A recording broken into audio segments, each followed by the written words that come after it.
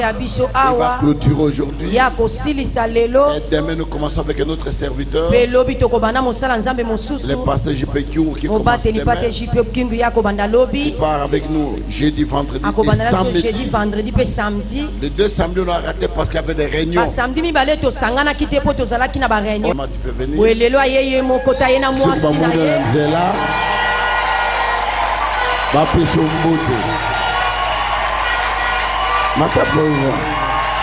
Alléluia. Amen. Maman pasteur. Alléluia. Qui est aussi servante de Dieu. Qui dit Amen. Amen. On acclame très fort Jésus. Merci. Et a été accompagné de notre fille. Que j'appelle de venir aussi. Et nous acclamons les saints pour les recevoir. Merci. Alléluia. Amen. Merci maman, qu'il vous bénisse. Asal la rapenza me makasa te yaka na musala luba zaki parce que azaki une église pour ça la musala na nzambe. Nana lobi amen. Amen. Alors sans plus tarder, sous vos acclamations, nous invitons l'homme de Dieu, le révérend Ernest, que nous acclamons très fort pour le recevoir ce soir. Amen. Merci homme de Dieu.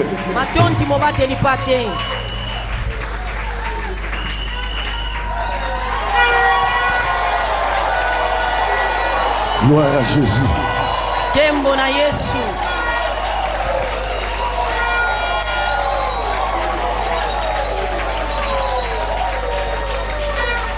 Alléluia. Loba amen à bien. Amen. Lelo na kutuna yote soko zaliao. Po ezomona na kiozaliao. Donc soka mutatali a comprendre que lelo zaliao. Amen. Loba amen à bien. Amen. Loba amen à nguya. Amen. Amen à yo dominé.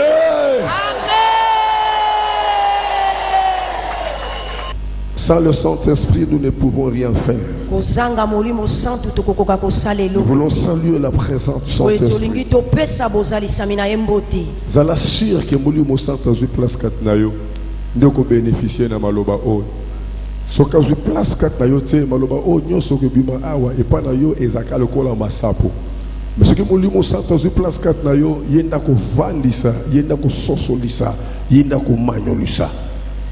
Ce qui est possibilité à côté les mésaliers nayo au vandi nase hôtel melikolo poto ya ma présence à molimo santo nanza banda ko contempler ka présence naye banda ko bossa na muto avandi pembeni nayo banda ko réaliser présence naye banda ko mona bozalis na nzambe na bomoyi nayo merci Saint-Esprit, merci l'Esprit de Dieu.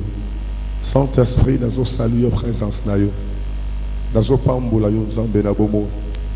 que nous espace Seigneur sur l'église. Tout dit ça ma Saint-Esprit de Dieu.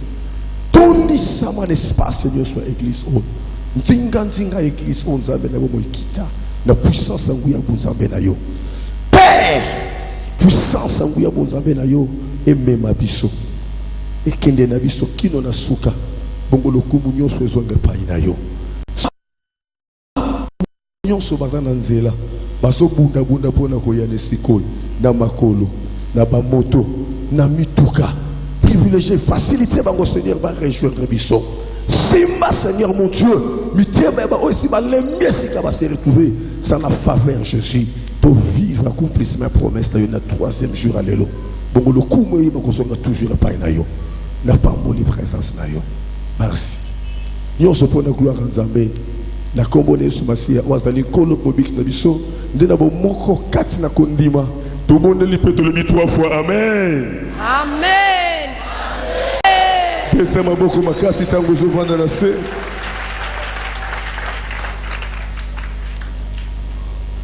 ça l'exercice on peut ça 3-4 personnes mbote pembeni na yo.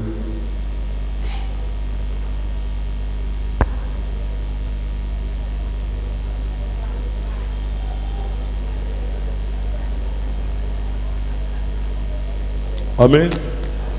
Loba amena bien. Nzambe na ngai apambola présence na yo na pokwa lelo. Bato ebele bakokaki mpe kozala découragé à cause ya mbula. Mbula ba transport, mbula poto, mbula. Mais yo monaki mbula te, mais monaki Nzambe. Parce que devant Dieu, la pluie n'est rien. Alléluia. Amen. Devant Dieu, les vêtements ne sont que rien. Vous laissez le côté. Alléluia. Amen. Loba amen à bien. Amen. Bien-aimé, après chaque intervention, après avoir écouté la parole de Dieu, il faut savoir se poser des questions. Qu'est-ce que Dieu m'a dit? Qu'est-ce que Dieu m'a parlé? Que dois-je prendre? Que dois-je laisser? Chaque intervention, lelo penza nzamba lobeli nga nini na mateya oyo natika nini nasala nini tango zozonga il faut zonga na quelque chose. Bien aimé, je vais te dire une chose. Pendant que les gens suivaient Jésus, tout le monde avait une intention particulière. Peut-être de voir comment Jésus opère les miracles. Peut-être par les sentiments de suivre quelqu'un qui est connu. Mais il y avait une femme dans la foule. Ne suivait pas Jésus-Christ comme tout le monde. Elle avait quelque chose dans son cœur.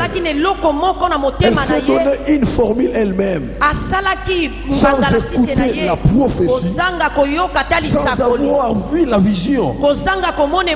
Elle-même s'est donné la formule. Si je puis seulement toucher ce vêtement, je serai guéri. Yo mi pesi formule ni na dernier jour à l'élo. O mi pesi formule ni. Tant ozoya oye ne kateli ni. Parce que nous avons l'église, nous avons biso uta tozolonga na banda kuna biso.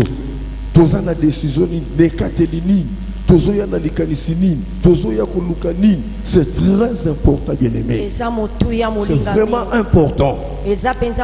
Alléluia. Amen. L'homme de l'obéi zala vraiment nassé. Zala vraiment nassé au comprendre quelque chose. Et le nalingi ozala nassé mais au souverain nassé té.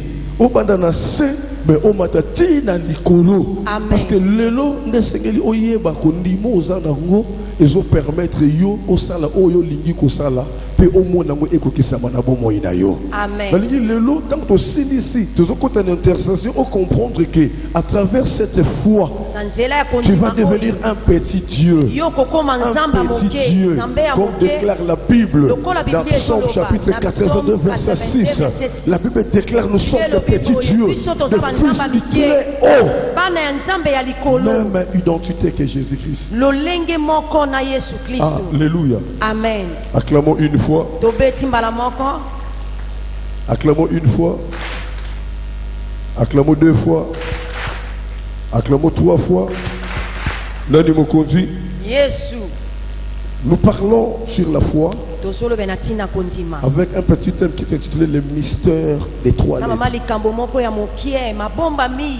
Le mystère des trois lettres. J'avais dit pour pratiquer la foi, il faut décortiquer ces trois lettres. Nous avions commencé par la première lettre qui n'était que la lettre F. On avait dit que la lettre F, c'est une fondation. C'est une fondation. C'est un fondement. Or, la vie chrétienne doit aussi être construite. Et pour que cela soit construite, il faut qu'il y ait la fondation. On a compris par rapport à la parole que Jésus avait déclarée dans Jean 15, 5. Sans moi, vous ne pouvez rien faire. C'est par là qu'on a compris. La maison ne peut jamais exister sans la fondation. Donc c'est Jésus qui est la fondation. Et on avait dit Jésus, c'est lui qui est Dieu. Comme il a déclaré dans sa parole. Dans Jean 10:30. Moi et le Père nous sommes un. Et on avait encore entré dans la profondeur pour comprendre que c'est Dieu et la parole. Comme déclare la Bible dans Jean chapitre 1 verset 1. Au commencement était la parole et la parole est ensemble avec Dieu et la parole était Dieu. C'est par là qu'on a compris que la fondation de la vie chrétienne, c'est la parole. Pour avoir la foi, il faut avoir la parole.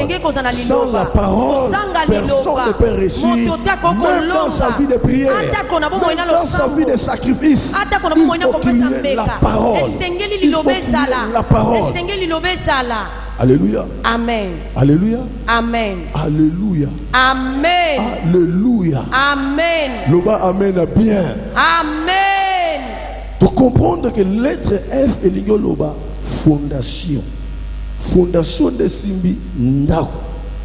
Bon moi mo Christ sengeli tongama. Musala na ye, libala na ye, voyage na ye, makambo na ye nyonso esengeli tongama. Evana likola fondation.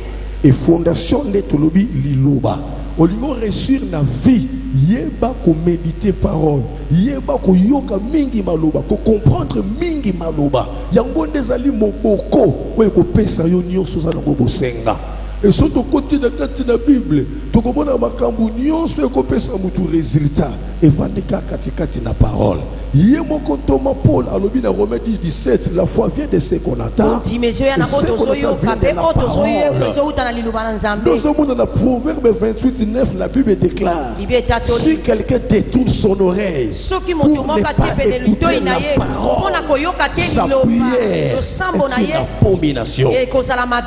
Alléluia. Amen. Nous sommes dans Jésus-Christ à son mataotique à promesse. Les miracles qui accompagneront ceux qui auront cru.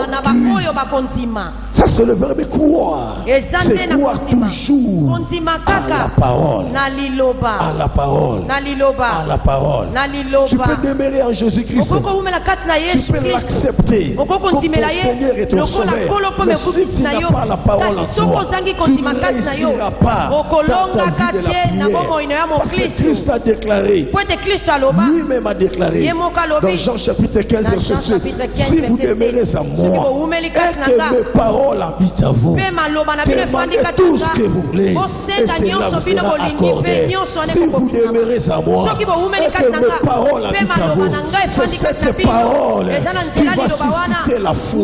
C'est cette parole qui va appeler en existence des choses qui n'existent pas.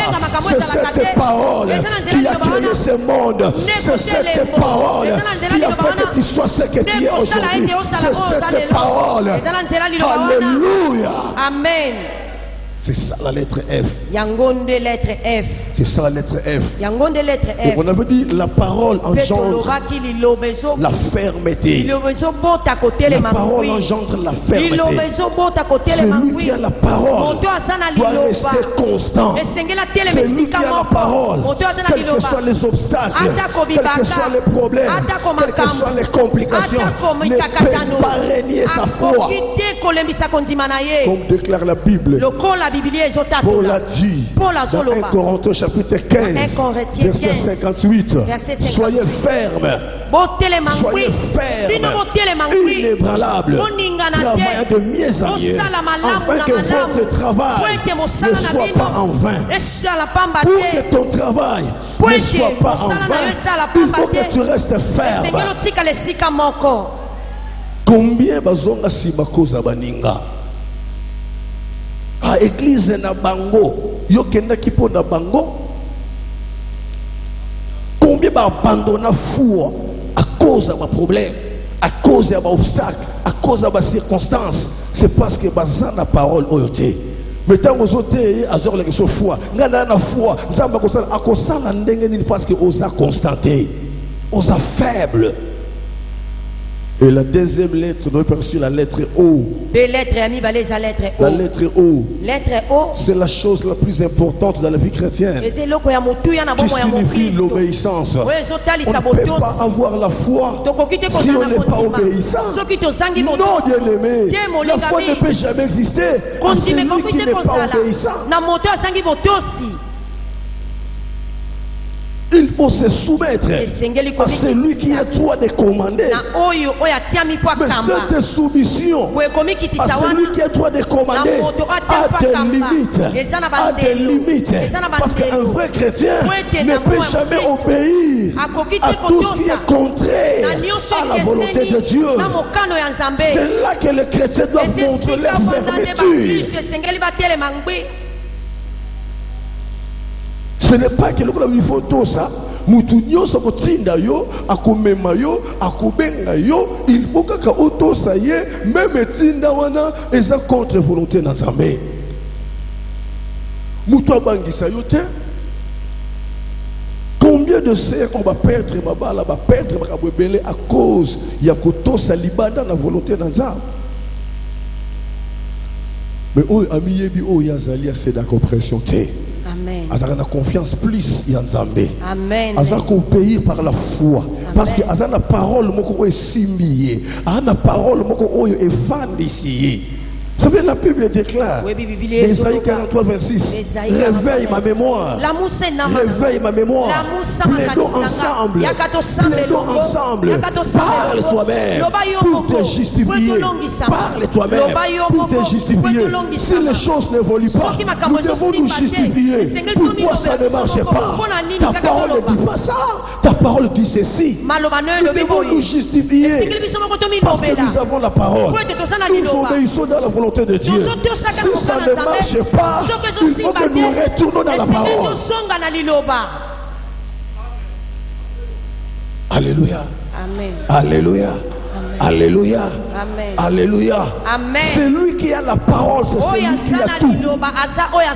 C'est lui qui a la parole, c'est celui qui a tout. La parole, c'est une clé qui ouvre toutes les portes.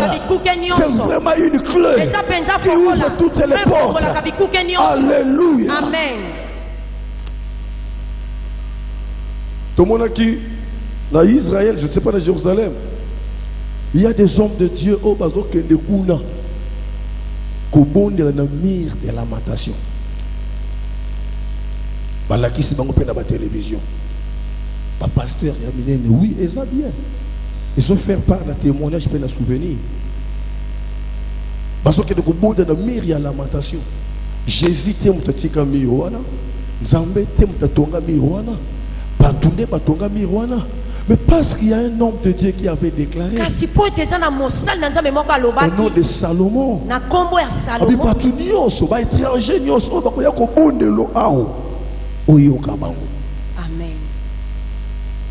Alléluia. Amen. Alléluia. Amen. Alléluia. Amen. Le mur de lamentation est un hôtel. Oh, mutunyo soko tongango.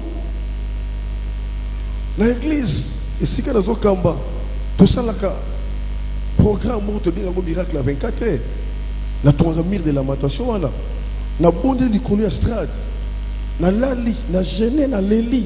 No binzambe, mutunyo soko ya ko bonde la awa yokai ngana kei. Église mobimba mutna mutu ayaka na ngonga na ye oya lingi. Ba musu balala ka l'église à partir de 0h ba keli boso ba ko bonde la, musu na 2h na 5h na 12h. Mais makambo sale makawana ngana zalaka te mutu zalaka te mais natiki maloba omona mutu azobondela nguye simbi abandi ko ganga zobaluka ye moko dans les vides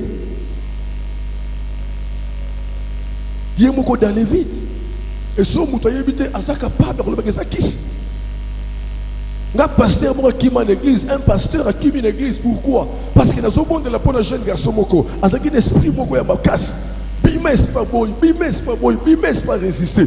Nga mona lembi souffle comme une Seigneur, mais pourquoi est-ce pas aucun été? Bo pesa nga mai, na zui mai na kopo, na déclaré père, na bongoli mai oyo, et comme mai ya moto au-delà de 100 degrés Celsius, na zo tumba demo oyo, na zuka mai wana kwa qu'il frère wana, de moi gangi, na zeke, na kende pasteur akata pia bima kenda. Balandi mais pasteur nini? Ah te peux-tu as un magicien. Ou ça ba magie, et ça ba kiss. Mais c'était la force de la déclaration. C'était la force de la parole. Parce que j'étais obéissant. J'étais soumis. Parce que l'obéissance engendre la soumission. La Bible déclare, soumettez-vous à Dieu. Résistez au diable. Il ira loin de vous. Celui qui a la parole, celui qui est obéissant devant Dieu, sa parole est une parole divine. Sa déclaration, Dieu l'accomplit. Nous voulons terminer notre toilette. Si tu vas comprendre la dernière lettre, qui est la lettre I, après la prière, soyez-en sûrs, bien-aimés, tout ce que tu prieras, tout ce que tu demanderas, tout ce que tu déclareras, ici même, maintenant même, Dieu te l'accordera. Dieu te l'accordera. Dieu te l'accordera. Dieu te l'accordera. Parce qu'il est derrière sa parole pour l'accomplir. La Bible déclare tout ce que tu demanderas en priant, crois que tu l'as reçu et tu le verras s'accomplir. S'il y a quelqu'un qui me croit ce soir, je déclare à cette personne, aujourd'hui c'est ton jour. Aujourd'hui c'est ton tour. Tout ce que tu demanderas, Dieu t'écoutera. Dieu t'écoutera. Dieu t'écoutera. Même si tu ne le reçois pas aujourd'hui, soyez assurés, tu le recevras. Tu le recevras. Tu le recevras. Tu le recevras. Je suis venu dire à une personne qui est ici, je ne sais pas c'est qui, mais je crois il y a une personne qui est dans ce lieu cette année, n'arrivera pas à sa fin, il sera visité. C'est toi que je parle. C'est toi que je parle. Tu seras visité avant le 31 décembre. Le monde va étonner. Le monde sera étonné à cause de ce que Dieu fera de toi. Reçois la grâce. Reçois la faveur. Nazolobela batumi balete. Nazolobela mutumo kwa vandi awa.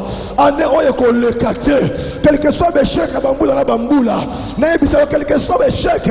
Ya badimo ozolekisa. Mais na yebisi yo. 2 mois oye tikali. Et ça 2 mois surprise. 2 mois oye tikali. Et ça 2 mois visitation. Kombo na yo. Ezotanga manalola. Kombo na yo. Ezotanga manalola. Ezana ba ange. Bazoko ta service. Kolanda musala na yo. Koluka musala na yo. Koluka libala na yo. Koluka mumbongo na yo. Koluka makambo na yo. Koluka santé na yo. Oso mona yango. Oso simba yango. Oso vivre yango. Yamba grâce wana. Au nom de Jésus. Je voulais parler sur la 3e lettre. La lettre I. Lettre I. La lettre I qui veut dire l'intimité. L'intimité. L'intimité. C'est un caractère de ce qui est intime. De ce qui est intime. Intime, hein? C'est quelque chose plus profond qui se passe. Il sait qu'aujourd'hui, j'ai raté de me retrouver devant la présence de Dieu. Devant la présence de Dieu. Alléluia. C'est ce qui démontre la foi. Avoir la parole, être obéissant, être intime avec Dieu, être intègre devant Dieu. Et si tu as toutes ces 3 lettres, tu es un petit Dieu. Tu es un petit Dieu. Tu es un petit Dieu. Tu es un petit Dieu. Tu es un petit Dieu. En ce moment-là, la foi te donnera un caractère. La foi te donnera un comportement. La foi te donnera 2 autres signes que les autres n'en ont pas. Celui qui a la foi ne peut pas voir comme tout le monde. Celui qui a la foi dans la place du problème, il voit la solution. Il voit la solution. Il voit la solution. Alléluia. Amen. Tout ce que moi je vis, ce n'est qu'un résultat de la foi. Ce n'est qu'un résultat de la foi. Alléluia. Amen. Alléluia. Amen. Ngana sala mariage na mosi na ngabo moni lelo. Na sala na mbongo te. Na sala na ba parenté. Pour lelo mariage je komi ko calculer tous wa parrainer. Ah ya sana mo voiture. Ya sana mo moyen à konsola biso. Nde mabale belé du problème à partir ka ba parrain wana. parce que qui parrainage wana za rappelle la connexion mo za la kawana yaya tangu na zui décision ya kobala na na lututé ko la dangate attention parce que ça le baki abala ka na lututé keba yo zangate na on démontrer foi yo pe osa la formule na yo on démontrer pe foi na yo na bi na zo bala lututé fourchette té et là quand le bosso influence ya bayaya na poto bandeko tout ça na sali ba faire part dans la pandi ba faire part yaya na zela date ya kozwa ba faire part ekoki zela muto ko benga na tia numéro de téléphone muto abenga te na bandi ko rappeler explication na excuse date ya libale sale nini eleki na bandi ko bondela na soka nzamba zo bana ngai na zaya yo na ko tambwisa yo oyo ko loba na ko sala tout ça non lelo oyo goya eya na otanzambe na ngane bref na bi na zobal na tie date ya libal na tie makambu nyonso sans que na yebisa ba paranga sans que ne sa paranga na zwa liste bien aimé na bana ko somba biloko na miracle et ko tomber jour ya mariage mbonga dote ko kate na somba taba le même jour à mariage na somba lamba ya papa le même jour ya mariage mbonga dote ko kite sikoyo ba parents ba vandi ba ozelanga na ko pesa bango mbongo ya dote pour siko bango ba kinatake ba parents ba famille to komo koma na pourquoi kuna ba famille ba sereni mbongo dote zo ko kate utie bani ko tambola na bani ko luka na ko defa wapi eloko ko teka ezate noko langa be yinga mais yo oliko bimisa biso ba bolole tala soko moni mo été loba to changer na date de religieux pour tout ce monde flou habité bo changer te et ça le banazoya na bani ko tambola nazo luka na ko defa mbongo wapi na ozanga $150 mutu etamboli na yoki intuition moko eyebisinga benga papa Baudouin papa moko église na bisi papa Baudouin naza bloqué non ketika parce que nga sala mariage dans l'église il faut comprendre sala mariage dans l'église té la kana ba intercession non na banda kuto église té na bala ndengo na ka pena ndakote so zanga $150 ba panga ba siliki ba so zelanga tout ça abi siko $150 et simba te pour awa na kana 50 kata na zo transport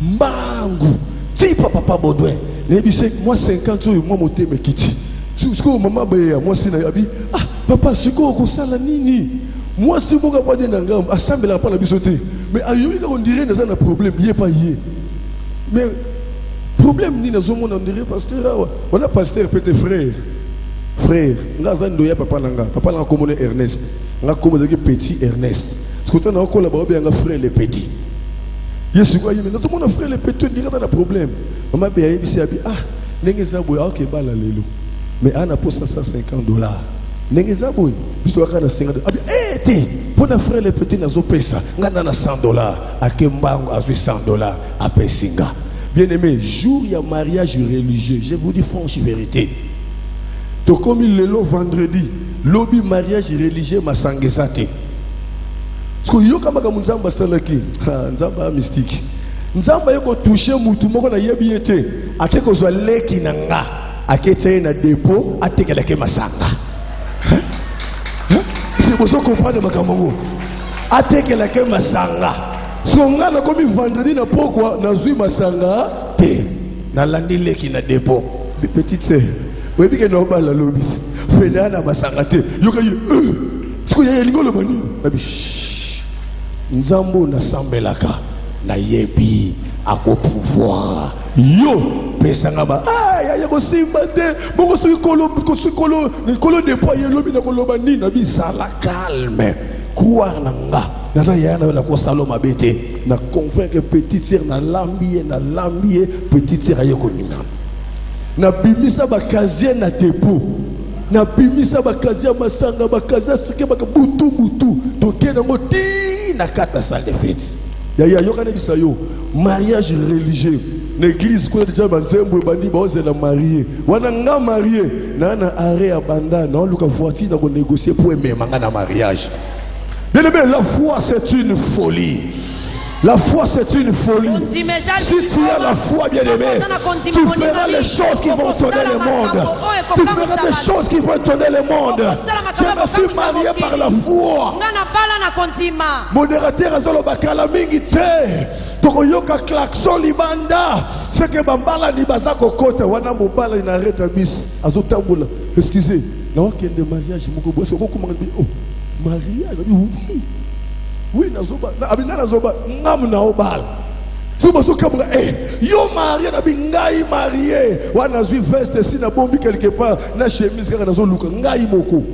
Nazo voiture moko liso moko de pelagate. Liso moko pelagate yaya. Toke nango quelque part. Basali ka ba décoration moko skit. Mon lile bandi kokota. Pinga wana nazo ya mariage soya. Batu ba sepelia. Tukota mariage nengoana. Yaya, tant que tu commis la salle, ma mère a bella et a konda, n'est pas n'a konda la tête. Donc elle lamba na Catalina kat église, c'est normal. To lalika poto que dans la salle boy, attelle boy, elle lamba si ba le société et ba ningo quitte. So na yebite so ka ba ningo boulet to zo ba la bien sûr mais lobby. Mbongo abato amasanga. Ba ko yo finga biso. Yaya, courage, yaya.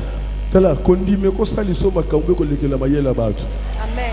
Même nengo ça, tant que tu sala prier, makamu sunza mbose la yo elekela même mayela yo.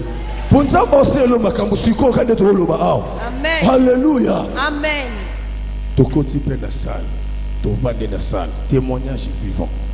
Et comme na 0 heure. Protocole eko signalenga. Oh, papa. Mutu mo waza aw. Alors bi ana posa atike le logo moko mais to boy ko konga bi mutayo tika ala aye ko zoate mais aye ko tika tala mutanengo wana même ba protocole ba yeba ka ba code oyo luka papa awakenga déjà mouvement oyo luka papa le problème ni papa peut nous occuper à simba te po yamba yo tu ne tu pas voulu non pas de problème à quoi arranger yo okoti selanga ye tango koti afukami alobi nanga non mais que ozobala zana makabobele osala peut-être yebite menga na yeba na zo décision que mukolo tamba ko pambola nga na ko pambola yo ndena yo ko pesa yo mbongo moko boy ah ayebi ete bana nga bazaba yebi témoignage na simbika mbongo wana mais natali mbongo ngo e pesete et un moment bon et pesé pour son bon ils ont pesé et cause à la mundele et cause à la mundele yaya tant on a simbika mbongo ils ont pesé dans côté ce qu'on a mis sur batu moyen peut na autant exactement na musapira na zo funga na kengela tant on a kengeli na kati ya fête na munika couleur ya vert na bibi ça to messé na ba bleu vert est bisoté vert est ba paille. Il faut na tindika siko na tindiki na sentir que non ils a débié na zumoko na boaki na moni zéro na bi zéro est déjà assurance tant on a poussé na moni 2-0 na poussé deuxième papier na poussé 2-0 na pambola na $200 na 1h du matin na mutu on a yebate donc c'est par là qu'on a comprendre Zamba qui n'a mbongo ko pesanga mais aki na posa ala kisanga kazanzambe pe atala kondima nanga e ko koma tina niveau nini nazoloba atezo simba te ba kobangisa yo te atozo mona te kobanga te muta prometa yo ayebi datu abongisa ba ko kisela yo ngana yeka na yebi so data mwe batamika na ane oyo le 31 décembre ko lekate okuta na date na yo okuta na mokolo na yo okuta na lipambo na yo programme oyo ezana ba oyo bazaliawa e koma na suka te ba oya yamba mutu moko, bako yamba mutu moko, bako soit appel moko, bako soit message moko, et qu'on leke la mayele la bango. Et ça deux personnes tiens, et ça mutu moko na solo bela. Alikina mona mutu wana zawapi, yonde na solo bela. Ane onza maso surprendre yo, ane onza maso kamusa yo, ane onza maso pesa yo. Ouais ça la quitter de penser na yo, aso pesa yo, oh yo so bosa na kala, oh so soya yango, yamba yango onoda. Balinga te o ya nzambe ko kisamaka ata bakangi baboyi ya nzambe ko kisamaka ata bakangi banzela nyonso afungola kanzela na ye o ya lekesaka lipamboli na ye po e atteindre ba o ya ye yo za lokola bango te mais yo za yo yamba grâce à nzambe au nom de Jésus. Yaya soki likambo nezo umela et que on a la volonté d'Nzambe, c'est là. Amen. C'est que c'est spécial. Amen. C'est qu'il y a eu ça spécial. Amen. Ce qu'on a la parole, on a l'obéissance, on a l'intimité, on a la clarté, c'est là. C'est que l'homme est spécial. Et battre mi katina yo. Et bongi sa mi pona yo. Alléluia. Amen. Nous sommes dans la piscine à Bethesda. Combien ba critique qui papa wana? Combien bachola qui papa wana? Na famille c'est sous nos laïe. Comment Moutabe la pendant 38 ans d'âge? Azatana moninga mon côté. Babiwa yo pe atako to balemba kaya yo eleki. Bakobwa kayo ndenge ni na atika la wana. Mais nangina ya biso loko moko. Batu nyonso babika ki na piscine na Bethesda. Sima na ko sepela balelaki. Balelaki. Pourquoi balelaki? Parce que bazwa qui délivrance mais euta qui na soutien ya bato et lokonyo c'est outi na soutien ya bato ate sepeli sur lelo lobia ko lelisa yo pour lelo ko kumisa yo lobia ko chola yo lobia ko balukela yo. Alléluia. Amen. Condition za la ki soki anja ningisi mai muta ko koya muta liboso ndabiki baba ndeko koya belé na bala moko 20 30, 10, 5, mais mon compte n'a mabiki. Et pour dire que, et ben les occupé position qu'on a jeté, position nous sommes quoi là, au quoi kaka, sauf kipe. Alors ben firme bazalaki, atambo la kate, yé pas ça wana, tango ba boua qui est na mai, abimi, atamboli. La première chose ça va dire qu'on saute, na tamboli, tango ba lanier, botika. Maya kotinga na matoi. Pourquoi? Parce que batunde babua kakeye. Alléluia. Amen. Avec la sepeli na monie. Mais souka lango bokeba. Maya kotinga na solo. Tout le monde a biki, mais nasima alléli. Parce que l'obiko est outil na soutien à bateau. Et y'a qu'on doit se sepela. Kuna basolo basoki bisote. Y'a na makasa kota na mayoana. Biso mutobwa kiye. Yango yo moni makamlezo simbate. Nzamba boyi batuba beta tolo na kombo na yo. Aboyi batuba tolo na kombo na yo. Ye mwa bongisi mukolo na ye. Oya ko yako kuta yo. Oya ko yako luka yo. Oya ko peso li pamboli. Mutako beta na tolo asalite. Kumisa mazalite ya wana zoye bisayo ndenge bango bazui ndenge yo kozui la te o ya bango eza ya bango ebe tu sopeli bakute eleke la mayena yo te tangu na yo pe na lingo pesa 5 personnes mboto loba tangu na ngezali loba de tangu na ngezali loba de tangu na ngezali loba de tangu na ngezali loba de tangu na ngezali loba de tangu na ngezali au nom de Jésus.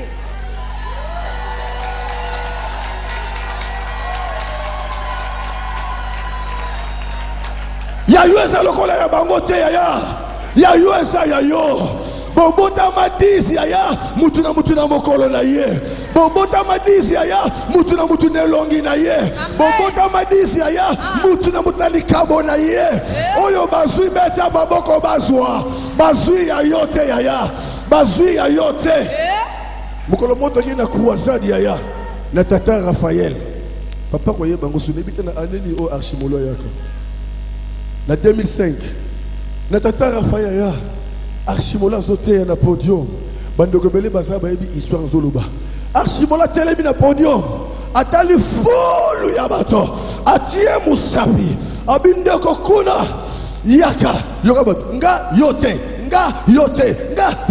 yokuna oyokuna ti ekomaki na oya poetaki yaka tangwa ye nani soye bi mukolango apesaka nini apesaka combien ezalaka $500 apesaka $500 na kata foule ya bato multitude ya bato mais aki na pose ya mutu moko na zolo batabo za 10 ya yue kolanda yo ekoleka bango o ya yue ekoya na adresse na yo ko changer adresse te ya ko changer pe kombo te ata kombo na ki te komosi tika na komba ki te komosi mobali na yo akosepa na komba ki te komosi ko changer commune te ato vandi na masimanimba lipambo lina yo ekoleka gome ekoleka lemba ekoleka bandale ekolanda na sikosali nzamba yeyo na kombo na yo likambo na kisikosa ya nzambe eza o bato bazo na misa bomoto te mais eza étoile moko wezo prier na mutu na yo mukolo esali bato nyonso bakomona te mais oya yo komona étoile wana oya yo koluka yo oya yo kolanda yo yamba grâce wana au nom de Jésus. Tout le monde va s'appeler Obanga nini. Atune olela nini. Le ba ozo wele na nani. Osa la course na nani. Tangu na yo ezali. Le ba c'est possible. C'est possible. Na lobeli batumi balete le mutu moko salia. Eza yom na lobeli. Amen. Eza yom na lobeli. Amen. Eza yonde na lobeli. Amen. Eza yonde na lobeli. Eza yonde na lobeli. Eza likambu na yo na butwa lelo. Yamba yango au nom de Jésus.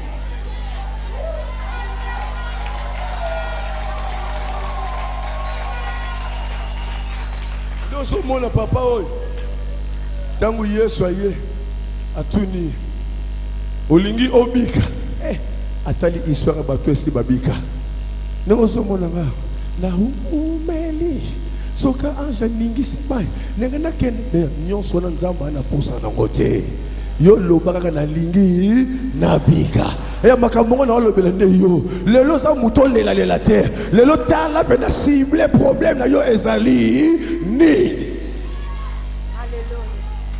quel que soit mon ennemi a problème na yo. Nabi quel que soit mon ennemi a problème na yo. Oyebi na bondela ki pona fille moko na kitambo. Bala ka ba di témoignage jo. Azaki na zemi ya balabala ba senta na bangoye. Zemi za ko évolue. On appelle ça qu'il y a zemi 5 mois au hôpital mosusu. Alors fille oyo na yebi payete. Je ne sais pas ça belrawa. Prière ya lundi, prière ya déclaration. Puis on a eu. Oh pasteur, na yo bon de la pona ngana na problème. A tout les problèmes ni. Abinne na za ana na se.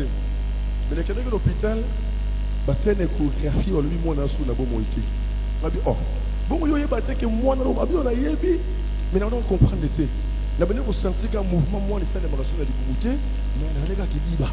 Mais on ko sentir ba complication na ke l'hôpital ba talinga ba lobi moi na aza sou na bo moiti. Depuis mon colonie, depuis vendredi, on a dit tu le lundi, on a dit mon côté habité papa. Na kolosé ma habité ni ba parents nanga. Na lobé ya wata mon côté ngana bangi na dit quelle foi. Zemi moi na kufi aboko lobé la mutu.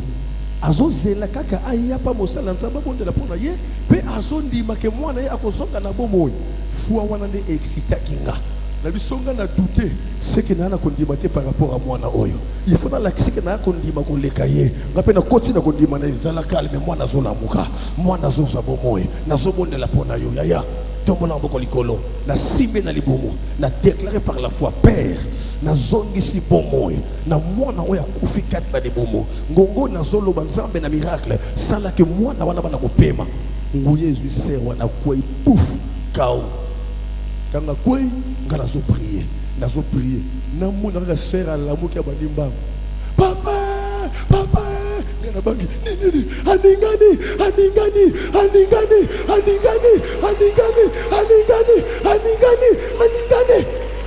Même si nzamba salaka, Zamba sana bo moy na bonde lipo na ye kende nyonso ezongi normal akenda pe lelo abota nyonso ezonga normal.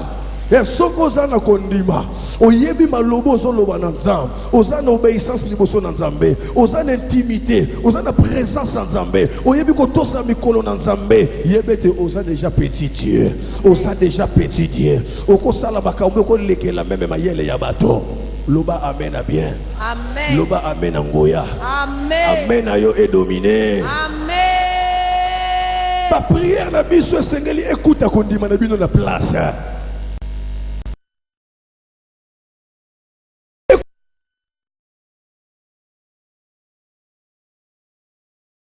La Bible boyoka zoloba ta foi t'a sauvé. Ta foi t'a sauvé. La salle de délivrance, il y a Sœur Nagasa Awa. Sœur Nadège, télémana Sobagomonaï. Sœur Nadège Ouedja. Merci. Sœur Oana. Obozomona. Moi, la petite sœur Naye. Na Ajni. 12 ans. 8 ans. Et il y a moi, na 8 ans.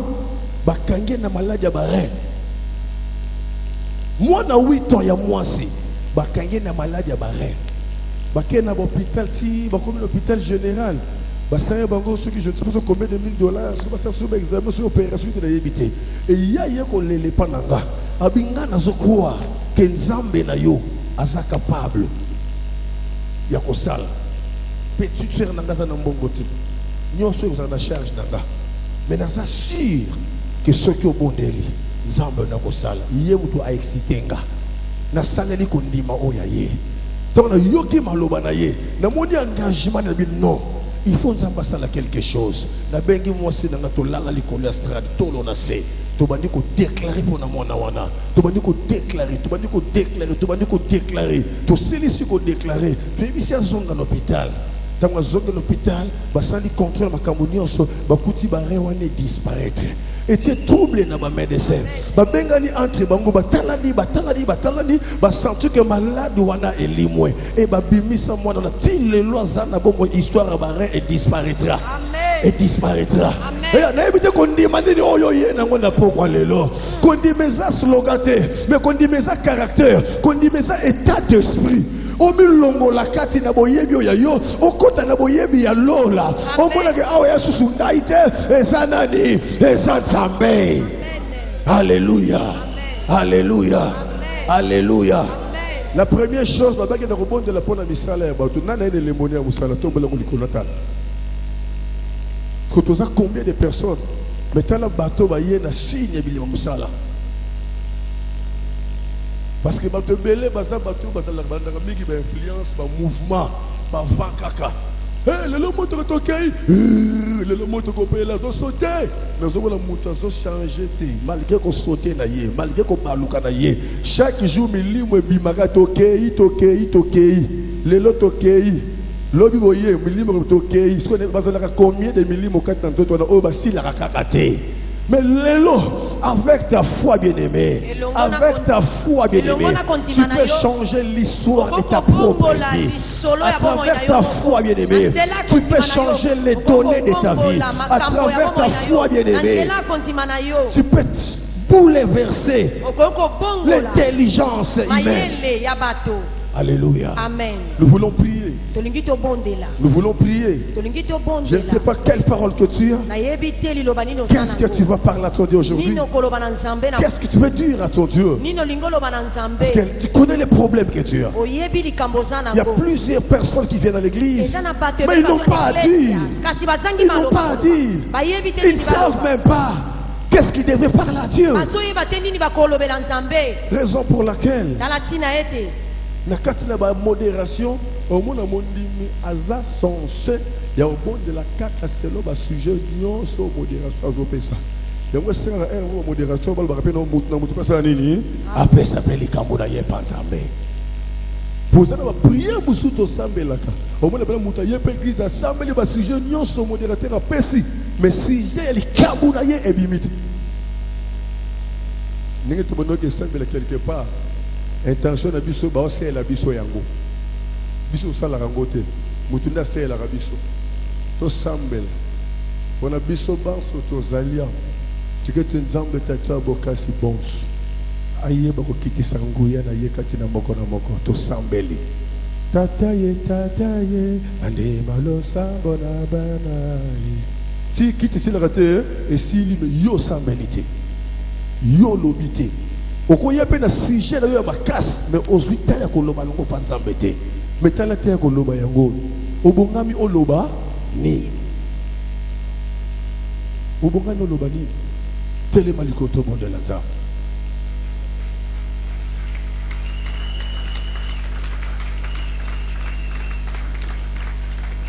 Na telemele na yo ezola kisabela ke mutu azala kondima te pour mutu azala kondima tanga zo tele mo senti que non mutu aza déterminé mutu aza engagé alinga zolo ko moko songolo je ne sais pas so ba yembi ba kozo biso na cantique moko mukie mukuse et permettre biso to kota na 4 na dimension ya prière tout cas les cas je crois na 10 minutes 15 minutes plus je crois la parole l'obéissance.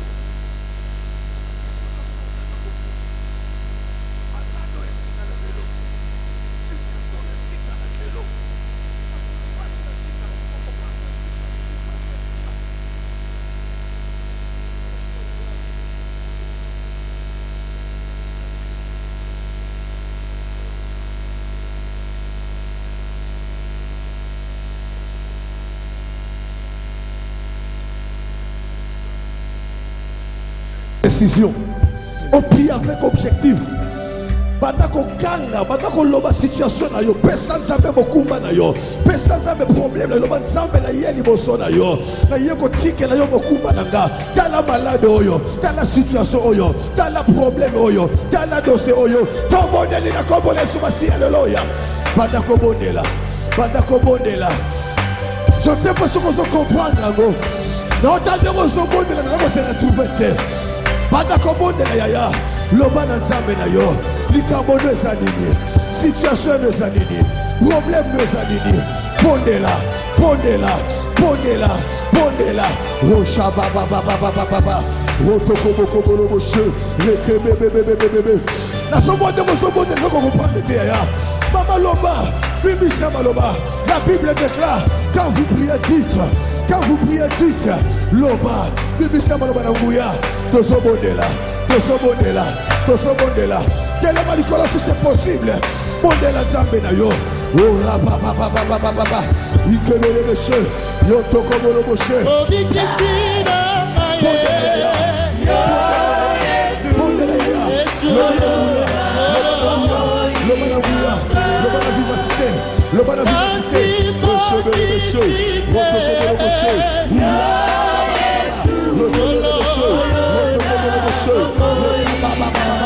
Bondela, bondela, bondela. C'est ça salema.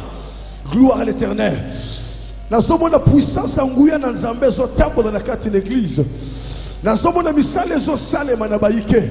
Kon limano zo banda ko sala misala sikoi. Roshoko boko boroboshi. Alléluia, gloire à l'Éternel. Père, au nom de Jésus de la croix. Nazo croix que likolo za ko fungwama. Nzambe na bomoi. Tango no ekoki Jésus. Kita na nguya bonzambe na yo. Kita na nguya bonzambe na yo. Tala bilembu ya misala libota do simi. Père, ma combien lobi tout travail procure l'abondance. Tout travail procure l'abondance. Et l'ouvrier mérite son salaire.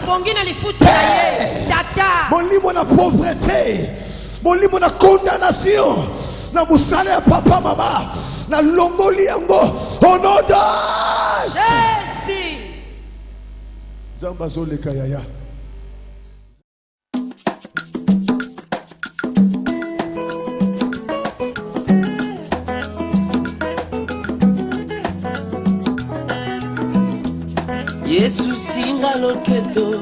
singa loketo, Yesu singa loketo, singa loketo, singa loketo, singa loketo.